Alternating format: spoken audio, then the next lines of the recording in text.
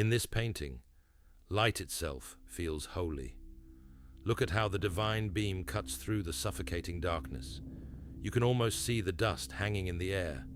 The faces are frozen, caught somewhere between profound sin and sudden salvation. To create something so divine, you would think the artist was a saint, a vessel of the sacred. But the man who painted this carried a sword. Behind the canvas was a life written in arrest records, tavern brawls, illegal weapons, and blood spilled on the cobblestone streets of Rome. Caravaggio painted like a god, but he lived like a criminal. Michelangelo Merisi arrived in Rome broke, volatile, and completely unknown, but he was about to reinvent the very soul of art. Before him, paintings were bright, perfect, and idealized. Caravaggio brought radical, brutal realism. He painted saints with dirty feet. He painted Madonnas using prostitutes from the slums as his models. He pioneered a technique called Chiaroscuro, a violent, uncompromising contrast between blinding light and abyssal darkness. But this wasn't just a painting technique. It was the perfect mirror of his own life.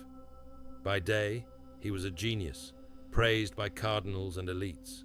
By night, he was a phantom of the slums, a gambler, a duelist, a man consumed by his own rage. His paintings were never just metaphors.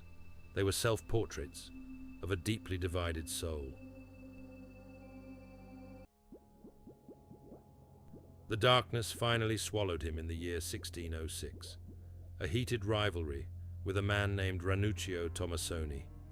It started over a game of palacorda, an early form of tennis. But underneath, it was about gambling debts, pride, and insults that could not be forgiven. Blades were drawn in the dust. In the chaos, Caravaggio's sword found Tomassoni's flesh, severing his femoral artery. Ranuccio bled to death in the dirt. The Pope handed down the ultimate sentence, bando capitale, a death warrant.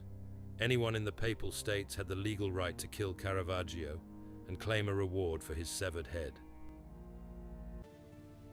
From this moment on, Caravaggio was a ghost.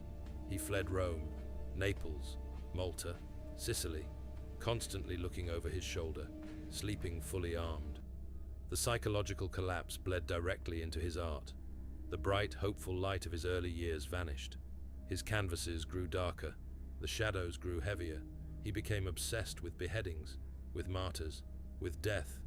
And then, he painted his darkest masterpiece, David with the head of Goliath.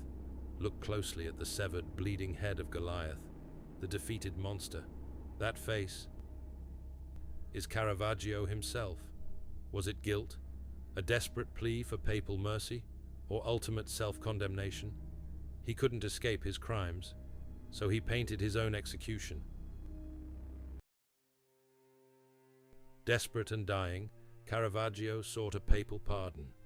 He sent his final agonizing paintings to Rome as gifts, begging for forgiveness. Word finally reached him. A pardon might be possible. He boarded a boat, chasing his salvation along the coast. But tragedy followed him like a shadow. He was mistakenly arrested, lost his ship, and was left wandering under the scorching sun. He collapsed on a lonely beach in Porto Ercole, dead at the age of 38. His body was thrown into an unmarked grave. Does great art require deep, consuming darkness? Or was he simply proof that genius and destruction can share the exact same body? We will never know. Caravaggio painted saints reaching for salvation, while he ran from his own.